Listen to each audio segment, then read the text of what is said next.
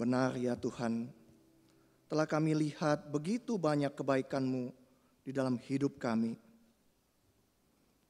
Ampuni kami ya Tuhan, kalau setelah sekian banyak kebaikan yang kami terima,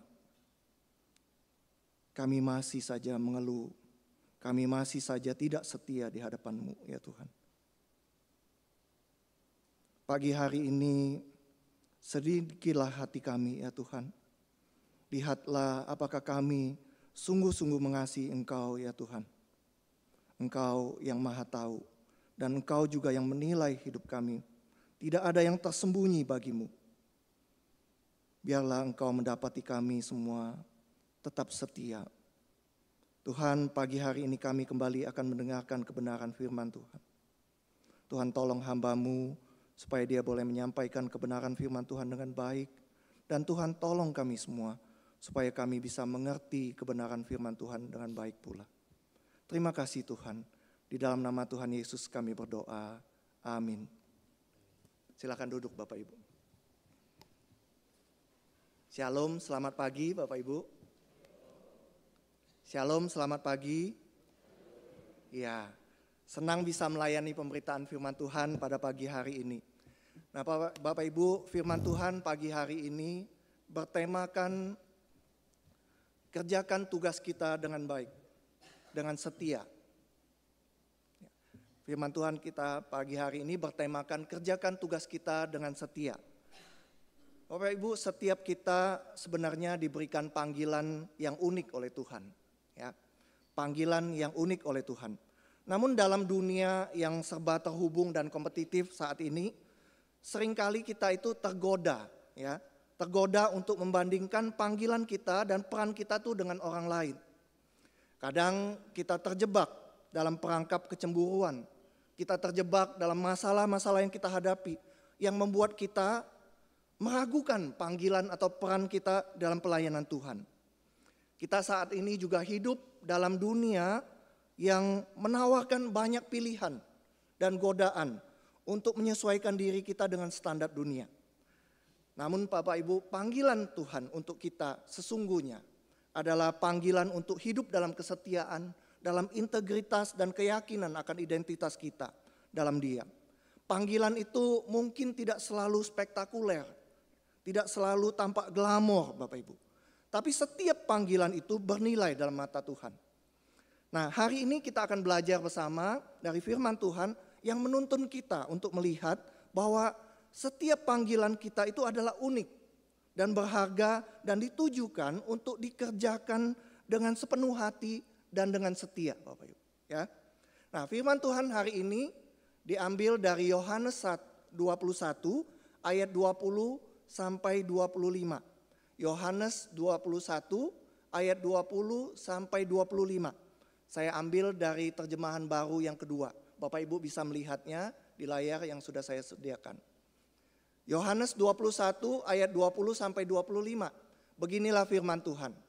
Ketika Petrus berpaling, ia melihat bahwa murid yang dikasihi Yesus sedang mengikuti mereka, yaitu murid yang pada waktu mereka sedang makan bersama duduk dekat Yesus.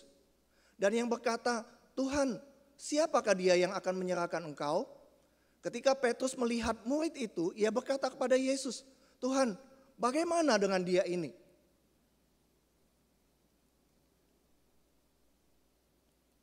Jawab Yesus, "Jikalau aku menghendaki supaya ia tetap hidup sampai aku datang, itu bukan urusanmu. Namun engkau ikutlah aku." Tersebarlah kabar di antara saudara-saudara itu bahwa murid itu tidak akan mati. Namun Yesus tidak mengatakan kepada Petrus bahwa murid itu tidak akan mati. Melainkan, "Jikalau aku menghendaki supaya ia tetap hidup sampai aku datang, itu bukan urusanmu." Dialah murid yang bersaksi tentang semuanya ini dan yang telah menuliskannya, dan kita tahu bahwa kesaksiannya itu benar. Nah, sedemikian jauh pembacaan firman Tuhan kita pada pagi ini. Bapak Ibu, ini adalah sebuah foto dari seorang yang bernama Annibale Carracci, ya, Annibale Carracci. Nah, Bapak Ibu, Annibale Carracci ini adalah seorang seniman yang hidup di abad 16. Carracci adalah seorang pelukis Italia yang banyak menghasilkan lukisan-lukisan indah, Bapak Ibu ya. Nah, dia juga banyak melukis tentang Tuhan Yesus, Bapak Ibu. Ini beberapa hasil karyanya ya. Nah, ini hasil karya lukisan Annibale Carracci. Lukisan-lukisan yang begitu indah, Bapak Ibu. Dari sekian banyak lukisan yang indah tersebut, ada salah satu lukisannya yang paling terkenal. Nah, lukisan itu adalah yang ini, Bapak Ibu. Lukisan ini diberi judul Quo Vadis Domine. Ya, judulnya Quo Vadis Domine. Lukisan ini, Bapak Ibu, hendak menggambarkan sebuah kisah yang menurut tradisi kekristenan terjadi di akhir hidup Rasul Petrus. Jadi kisah ini memang tidak dicatat di dalam Alkitab, Bapak Ibu ya. Jadi kisah ini tidak dicatat di dalam Alkitab, tapi dicatat dalam tradisi kekristenan dalam sebuah kitab apokrifa yang bernama The Acts of Peter, ya, kisah Petrus, Bapak Ibu. Nah, Bapak Ibu, kita tahu kalau pada saat itu umat Kristen itu mengalami penganiayaan yang begitu berat, yaitu pada zaman Kaisar Nero. Kota Roma adalah pusat peradaban dunia saat itu. Kota itu menjadi begitu kacau. Kenapa? Kalau Bapak Ibu ingat, saya pernah menyampaikan kalau pada saat itu kota Roma itu mengalami kebakaran yang hebat sekali. Ketika kota Roma mengalami kebakaran yang hebat itu, Kaisar Nero kemudian menyalahkan umat Kristen atas kebakaran besar itu. Mereka disalahkan atas kebakaran besar yang melanda Roma dan kemudian mereka dianiaya begitu hebat. Ya, saya pernah sampaikan kepada Bapak Ibu, waktu itu umat Kristen itu ditangkapin, kemudian seperti gambar itu mereka dijadikan obor manusia pada waktu malam. Ya, sedemikian hebatnya penganiayaan yang terjadi atas orang Kristen pada saat itu. Nah, pada saat itu Rasul Petrus yang adalah pemimpin umat Kristen di kota Roma berniat untuk meninggalkan kota Roma, Bapak Ibu. Ya, dia berniat untuk keluar dari kota Roma. Dia pikir dia akan mengembalakan umat Kristen itu dari luar kota Roma. Dia hendak menghindari penyalipan dan dia menghindari penganiayaan terhadap orang Kristen. Umat Kristen yang pada saat itu di kota Roma juga mengusulkan kepada Petrus, udah Rasul Petrus kamu pergi saja dari kota Roma karena Kaisar Nero itu mengincar kamu. Lalu kemudian dia dikisahkan, dia berjalan sendirian menuju luar kota Roma. Nah Bapak Ibu, di perjalanan itulah, di dalam perjalanan itu, di sebuah jalan utama di luar kota Roma yang terkenal dengan nama Jalan Appian, dikisahkan Petrus itu bertemu dengan Tuhan Yesus. Dikisahkan Tuhan Yesus berjalan berlawanan arah ya. Jadi Rasul Petrus berjalan keluar kota Roma lewat jalan utama itu Jalan Appian. Lalu tiba-tiba dia melihat dari arah yang berlawanan Tuhan Yesus datang dengan telanjang dan memikul sebuah salib. Bapak Ibu, Rasul Petrus kaget gitu ya. Dan dia langsung mengenali Tuhan Yesus. Lalu dia berkata kepada Tuhan Yesus. Dia bertanya, Quo Vadis Domine gitu ya. Dia berkata, hendak kemana engkau Tuhan? Lalu Tuhan Yesus menjawab, Romam eo iterum crucifigi. Tuhan Yesus berkata, aku mau ke kota Roma untuk disalibkan kembali. Ya, Petrus bertanya, hendak kemana engkau Tuhan? Lalu Tuhan Yesus berkata kepada Petrus, aku mau ke kota Roma untuk disalibkan kembali. Bapak Ibu, perkataan Tuhan Yesus itu membuat Petrus sedih sekali. Dia kemudian sadar bahwa dia sudah membuat kesalahan. Bukan kehendak Tuhan untuk dia pergi meninggalkan kota Roma, meninggalkan jemaat di sana. Petrus akhirnya sadar, kemudian dikisahkan Tuhan Yesus menghilang. Kemudian dia berjalan kembali, berbalik arah dia balik kembali ke kota Roma. Bapak Ibu, menurut sejarah, Petrus akhirnya kemudian ditangkap dan mati disalibkan di kota Roma. Bapak Ibu. Dikisahkan dia mati disalibkan seperti Tuhan Yesus. Namun ketika dia disalibkan itu, dia berkata kepada para pengawal yang hendak menyalibkan dia. Dia berkata bahwa saya tidak layak mati seperti Tuhan Yesus. Akhirnya Petrus meminta disalibkan terbalik. Jadi kalau Tuhan Yesus disalibkan kepala di atas, Petrus merasa tidak layak. Lalu kemudian dia minta disalibkan mati terbalik begitu Bapak Ibu. Kepalanya di bawah. Bapak Ibu, di tempat pertemuan Petrus dengan Yesus itu, di Jalan Apian. Kemudian didirikan sebuah gereja untuk mengenang peristiwa tersebut. Gereja Domine Quo Vadis. Ya.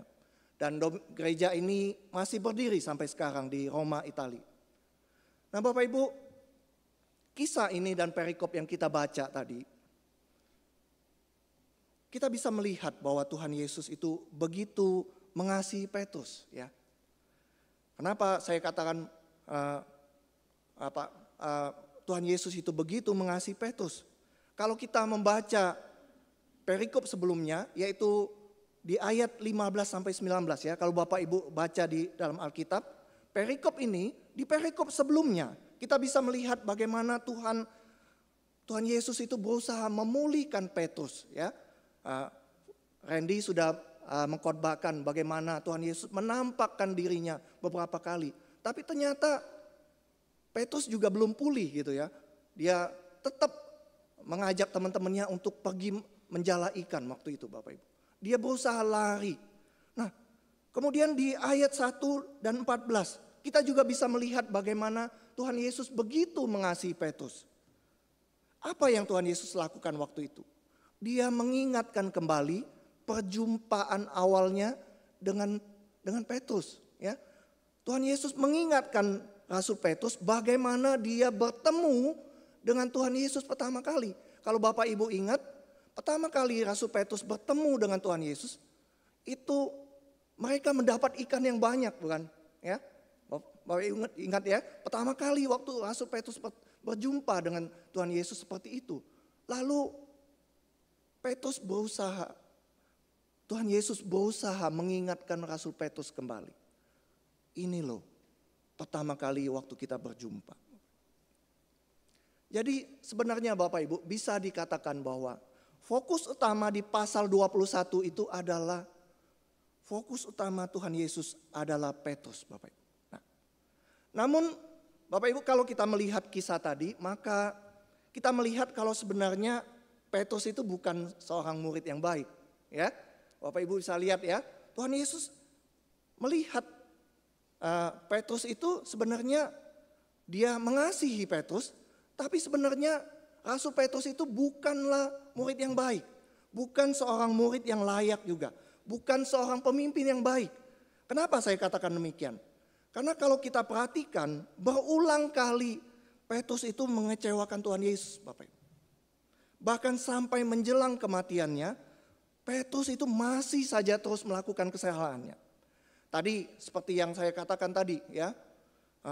Di kisah tadi Petrus berniat untuk meninggalkan kota Roma. Padahal Tuhan Yesus sudah berkata, gembalakan jemaatku gitu.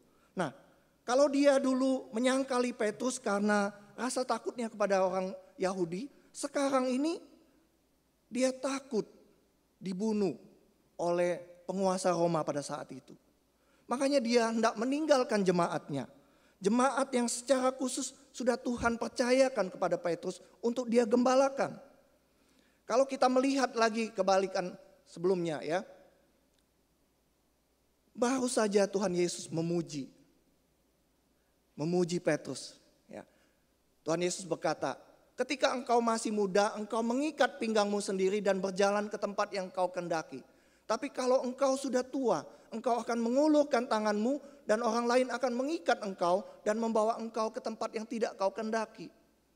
Bapak Ibu, ayat ini hendak mengatakan kepada Petrus bagaimana akhir hidupnya. Tapi ayat ini juga mengisyaratkan sebuah pujian kepada Petrus. Kenapa saya katakan sebuah pujian?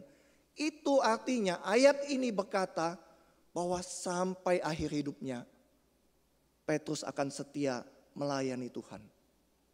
Jadi Bapak Ibu, ayat ini berkata tentang sebuah pujian Tuhan Yesus kepada Petrus.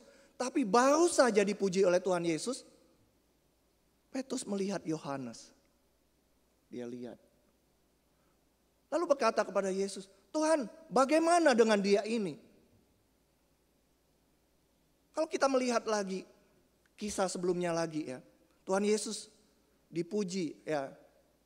Simon Petrus berkata, Engkau adalah Mesias, anak Allah yang hidup. Simon Petrus berkata demikian. Tapi baru saja Simon Petrus berkata demikian, Tuhan Yesus kemudian berkata kepada dia, Enyahlah iblis, engkau suatu batu sandungan bagiku. Bapak Ibu,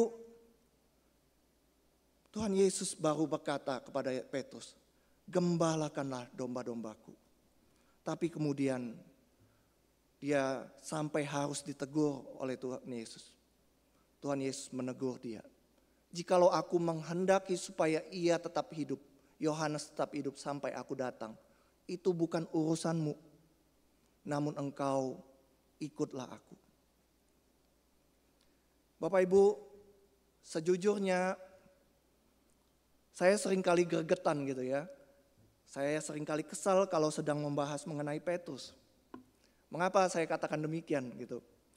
Karena saya kadang berpikir, aduh Petrus, kok kamu itu seperti ini gitu ya?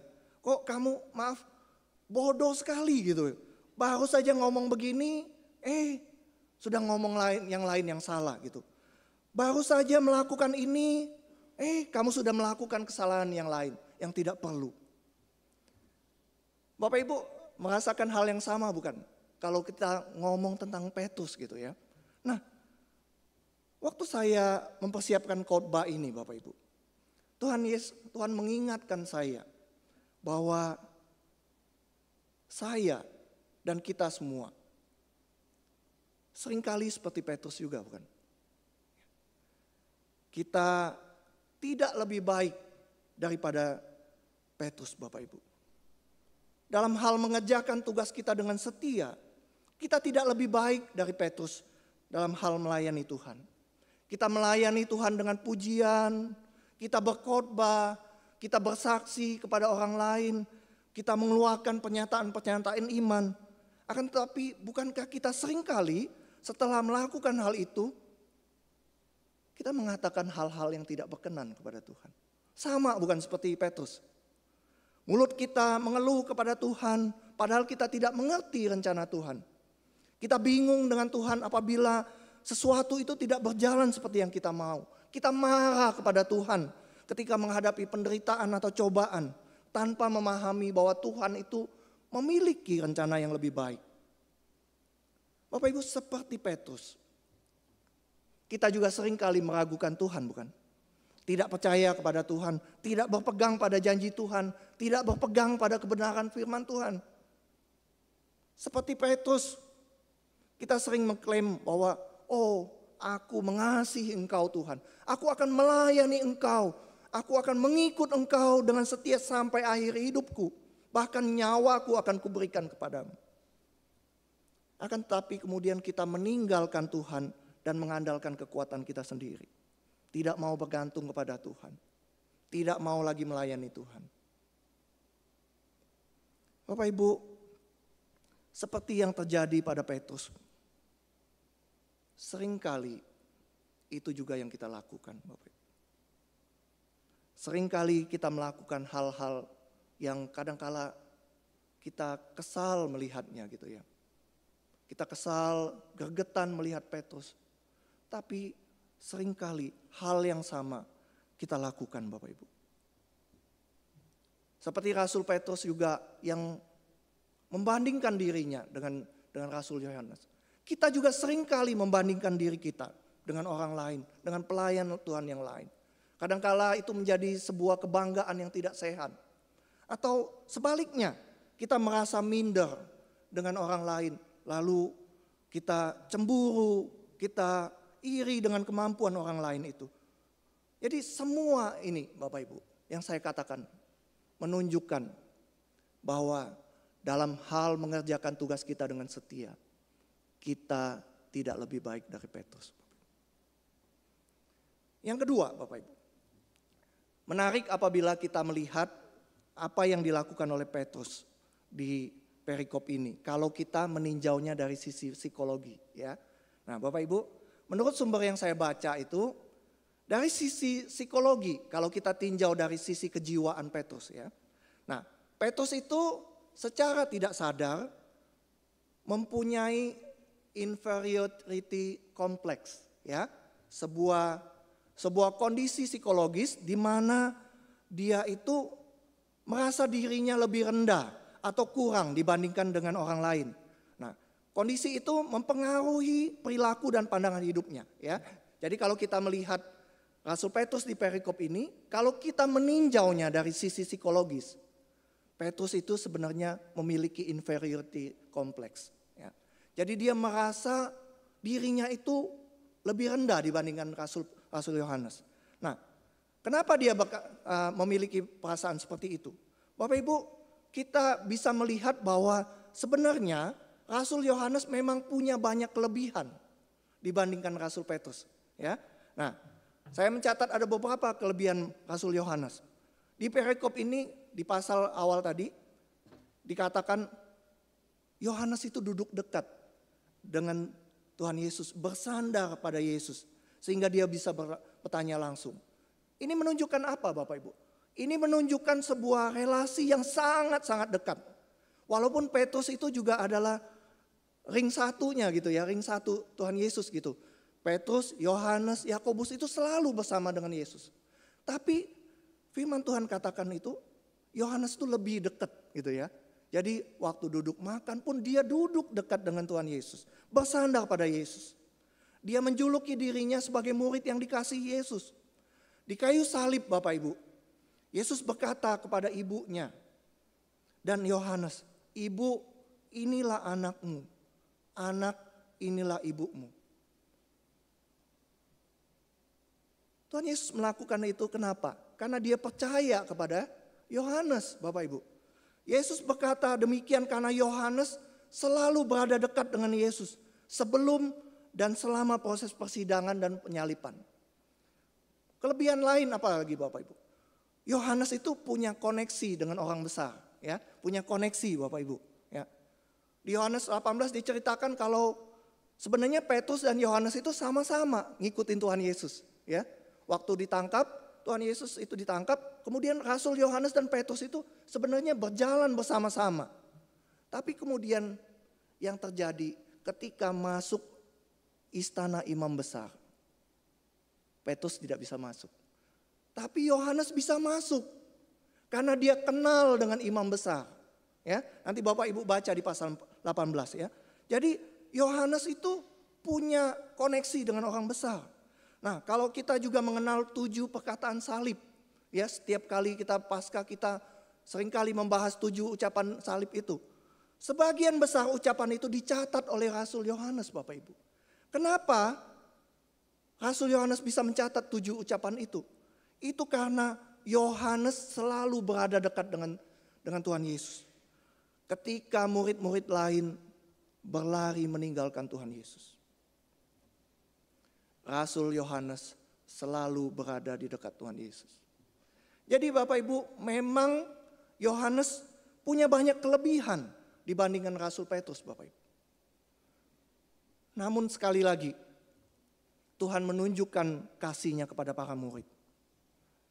Tuhan Yesus mempunyai rencana dan panggilan unik untuk masing-masing.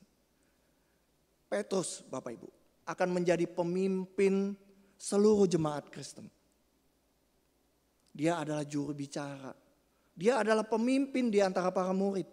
Setelah kematian dan kebangkitan Tuhan Yesus, Petrus menjadi tokoh sentral dalam gereja mula-mula itu. Dia juga melayani dengan tekun menyebarkan Injil. Bapak Ibu lihat kisah Pentakosta di mana 5.000 orang percaya. Bapak Ibu, Petrus menjadi salah satu murid Tuhan Yesus yang paling menonjol yang dicatat di dalam Alkitab.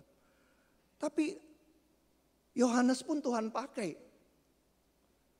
Perkataan Tuhan Yesus tentang jikalau aku menghendaki ia tetap hidup sampai aku datang. Itu juga adalah penugasan. Bapak Ibu tahu setelah di ujung hidup dari Rasul Yohanes, dia akan dibuang di sebuah pulau, Pulau Patmos. Di dalam pulau itu dia mendapat penglihatan tentang kedatangan Tuhan Yesus yang kedua kali. Ya. Jadi maksudnya itu, waktu Tuhan Yesus ngomong, jikalau aku menghendaki orang ini tetap hidup sampai aku datang. Itu seperti itu Bapak Ibu. Itu adalah penugasan Tuhan Yesus kepada Rasul Yohanes. Nah Bapak Ibu, Tuhan Yesus mempunyai rencana untuk Rasul Petrus. Tuhan Yesus juga mempunyai rencana buat Rasul Yohanes. Firman Tuhan dalam Efesus 2 ayat 10 berkata begini. Karena kita ini buatan Allah, diciptakan dalam Kristus Yesus untuk melakukan pekerjaan baik yang dipersiapkan Allah sebelumnya. Ia mau supaya kita hidup di dalamnya. Bapak Ibu, Tuhan Yesus punya rencana dan tugas yang unik untuk kita masing-masing. Ada yang melayani di ladang sebagai hamba Tuhan penuh waktu. Ada yang melayani di dunia sekuler sebagai saksi dan terang Tuhan.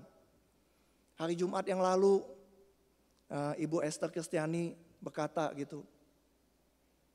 Lansia pun bisa melakukan sesuatu. Bisa melakukan apa yang dia bisa. Memperhatikan jemaat yang lain, mendoakan jemaat yang lain. Tidak ada pelayanan yang lebih besar atau lebih mulia dibandingkan pelayanan yang lain. Tidak ada juga pelayanan yang lebih kecil atau lebih hina dibandingkan pelayanan yang lain. Semuanya melakukan tugas yang Tuhan sudah persiapkan untuk kita lakukan masing-masing. Tugas kita adalah hidup di dalamnya. Bapak Ibu, ini poin yang kedua. Berbicara mengenai kerjakan tugas kita dengan setia.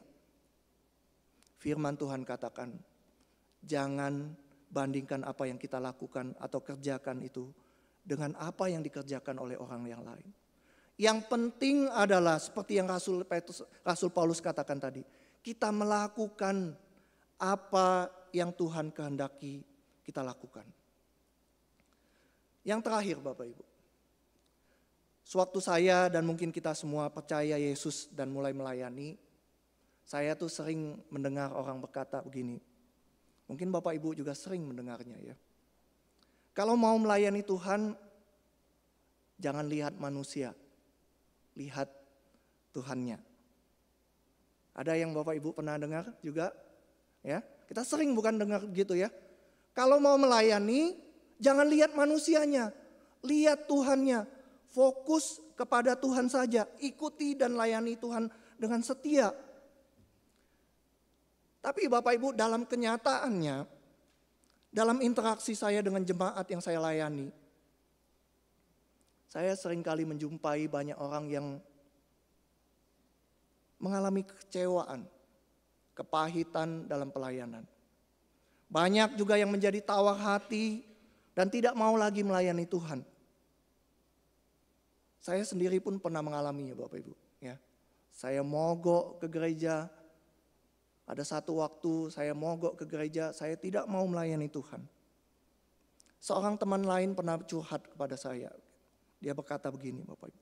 Benar sekali apa yang dia katakan ini. Dia berkata memang betul kita tidak boleh melihat manusia. Kita harus fokus mengarahkan pandangan kita kepada Tuhan.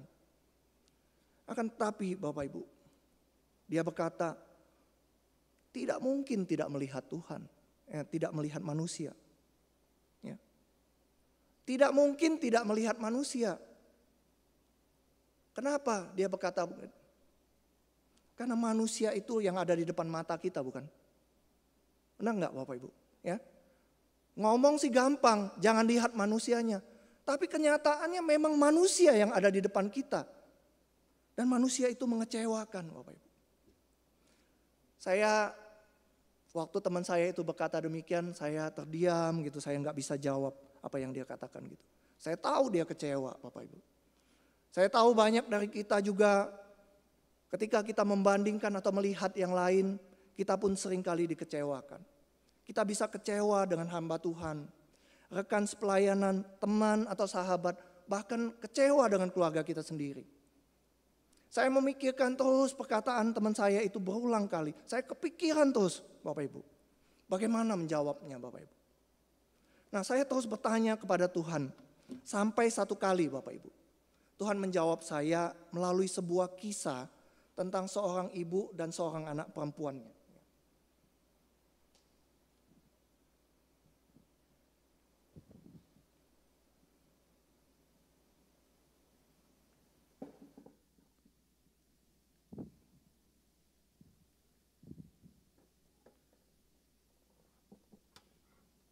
Bapak Ibu, suatu kali ada seorang anak yang pulang dari sekolah gitu ya. Nah, ketika dia pulang dengan wajah yang lusuh, lesu, lemes gitu ya. Lalu mamanya yang sedang masak melihat anaknya itu, lalu bertanya kepada dia, "Anakku, kenapa? Ada apa dengan kamu?" Gitu. Tapi anaknya itu diam saja, Bapak. Dia diam, kemudian dia masuk ke rumah. Nah, mamanya tahu bahwa ada masalah dengan anaknya.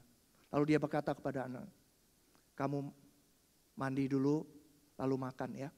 Dia siapin makanan buat anaknya. Lalu anaknya itu mandi. Setelah mandi, segar, dia duduk di meja makan, lalu makan.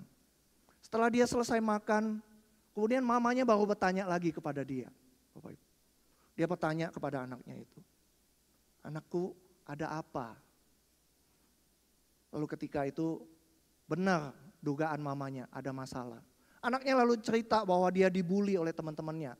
Ya, dia dipermalukan oleh teman-temannya di hadapan orang banyak. Lalu sambil menangis dia cerita kepada mamanya. Nah, Bapak Ibu, mamanya ini seorang wanita yang bijaksana. Nah, dia hendak mengajarkan sesuatu kepada anaknya. Lalu dia berkata, "Sini nak," dia bilang. Lalu dia ambil. Hidup kita tidak lepas dari masalah katanya. Tapi bagaimana respon kita terhadap masalah itu yang menentukan, Bapak Ibu. Ya, saya ulangi ya, Bapak Ibu. Hidup kita memang selalu ada masalah. Tapi respon kita terhadap masalah itu yang paling menentukan. Lalu Bapak Ibu tahu apa yang dilakukan oleh mamanya. Dia mengambil beberapa sayur, kemudian dia masukkan ke dalam air. Kemudian dia mengambil telur, Bapak Ibu. Dia masukkan ke dalam air.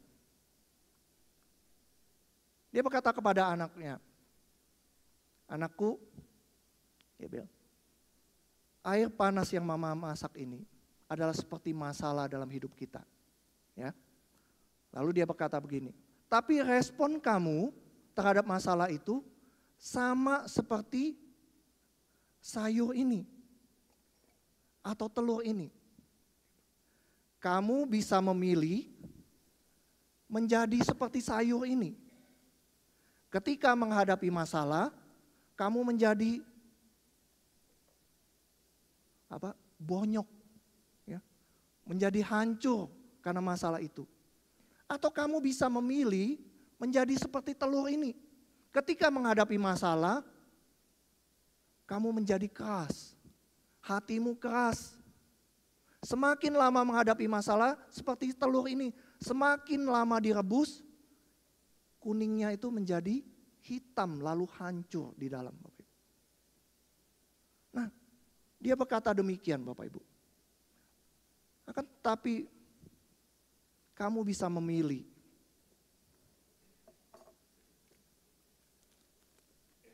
menjadi seperti kopi.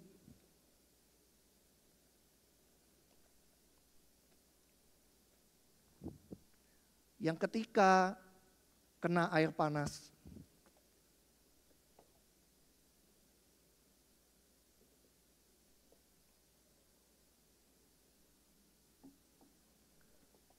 kopi ini akan mengeluarkan bau yang harum. kopi ini bisa dinikmati dan menimbulkan sukacita bagi orang yang meminumnya. Bapak Ibu, kita tidak bisa memilih bagaimana orang memperlakukan kita. Ya. Kita tidak bisa mengatur bagaimana orang memperlakukan kita. Tapi kita bisa memilih bagaimana kita bereaksi. Nah, Bapak Ibu, di dalam pelayanan kita akan mengalami banyak masalah juga. Ya, benar bukan Bapak Ibu? Ya, ketika kita melakukan pelayanan, kita pasti akan mengalami kesulitan, kita pasti mengalami permasalahan. Tetapi Bapak Ibu, kita bisa memilih respon kita terhadap masalah itu. Kita bisa memilih jadi sayur yang lembek, telur yang keras, atau kopi yang harum. Kita bisa memilih jadi tawar hati, putus asa, depresi, kecewa, seperti sayur yang jadi lembek karena air panas. Kita bisa memilih menjadi seperti telur, penuh kepahitan, amarah, penuh dendam, seperti telur yang kena air panas. Atau kita bisa memilih menjadi seperti kopi yang harum. Walaupun kita kecewa dengan mereka yang hidupnya jadi batu sandungan bagi kita, walaupun kita kecewa dengan orang Kristen, rekan sepelayanan, walaupun kita kecewa dengan hamba Tuhan, keluarga kita bisa tetap bangkit dan melayani Tuhan. Bapak Ibu, firman Tuhan hari ini mengingatkan kita kembali. Seberapa kecewanya kita kepada orang lain, hamba Tuhan, rekan sepelayanan, teman atau sahabat, keluarga kita, seberapapun kecewanya kita tetap mempunyai pilihan bagaimana kita bereaksi. Dan ini poin yang ketiga yang terakhir Bapak Ibu. Kita bisa memilih untuk terus mengerjakan tugas kita dengan setia. Kita bisa memilih untuk terus melayani Tuhan. Dengarlah perkataan Tuhan Yesus Bapak Ibu. Urusan orang lain, urusan dengan semua orang lain, semua itu bukan urusanmu. Ya, Bapak Ibu, dengar baik-baik. Tuhan Yesus berkata, urusan dengan orang lain, semua itu bukan urusanmu. Suatu hari semua orang akan mempertanggungjawabkan hidupnya di hadapanku. Itu bukan urusanmu. Tetapi engkau ikutlah aku. Tuhan memberkati kita semua, mari kita berdoa. Bapa di surga, terima kasih untuk kebenaran firman Tuhan yang boleh kami dengar pada pagi hari ini. Terima kasih untuk firman Tuhan yang sudah mengingatkan kami kembali. Di dalam mengerjakan tugas kami dengan setia, kami sebenarnya tidak lebih baik daripada itu. Kami seringkali gagal dan mengecewakan hati Tuhan. Di dalam mengerjakan tugas kami dengan setia, firman Tuhan mengingatkan kami untuk tidak membanding-bandingkan apa yang kami lakukan dengan orang lain. Karena Engkau mempunyai tugas dan panggilan untuk kami masing-masing. Tugas dan panggilan yang unik. Firman Tuhan pagi hari ini mengingatkan kami kembali untuk tetap mengerjakan tugas kami dengan setia. Terima kasih untuk kebenaran firman Tuhan yang sudah kami boleh dengar. Biarlah kebenaran ini mengubahkan hidup kami. Dan kami juga boleh melakukan kebenaran firman Tuhan ini di dalam hidup kami. Tolong kami ya Tuhan, ketika kami menghadapi permasalahan, kesulitan, tantangan di dalam pelayanan kami bisa mengingat kisah ibu dan anaknya ini ya Tuhan. Dan kami boleh memperoleh kekuatan kembali untuk terus melayani Tuhan dengan setia. Terima kasih Tuhan. Di dalam nama Tuhan Yesus kami berdoa. Amin.